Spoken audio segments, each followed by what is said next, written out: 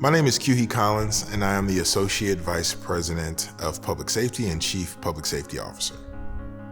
My approach and my thoughts about campus public safety really stem from my experience, right? So I came from a university system where we had to address the needs of 25 different college campuses.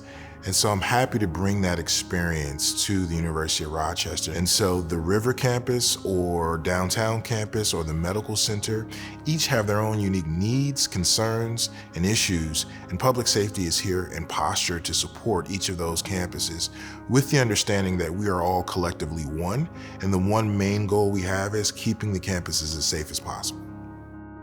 My approach to building trust with different campus groups really deals with being service-oriented as a department and as a leader.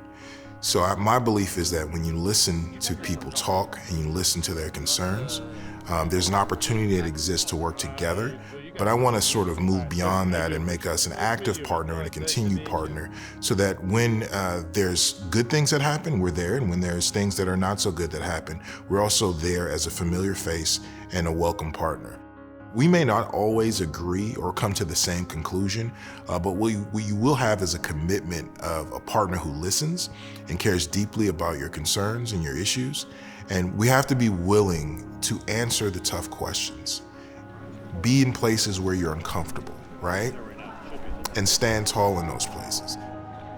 A common sentiment about public safety that I love to address is that we're apart or separate from the university community, which couldn't be further from the truth. And that is critically important to me as a leader, that not only we internally understand that, but the greater University of Rochester community understands that about us. We are the community is us, and we have to build trust because the community uses that trust to empower us to do what we do.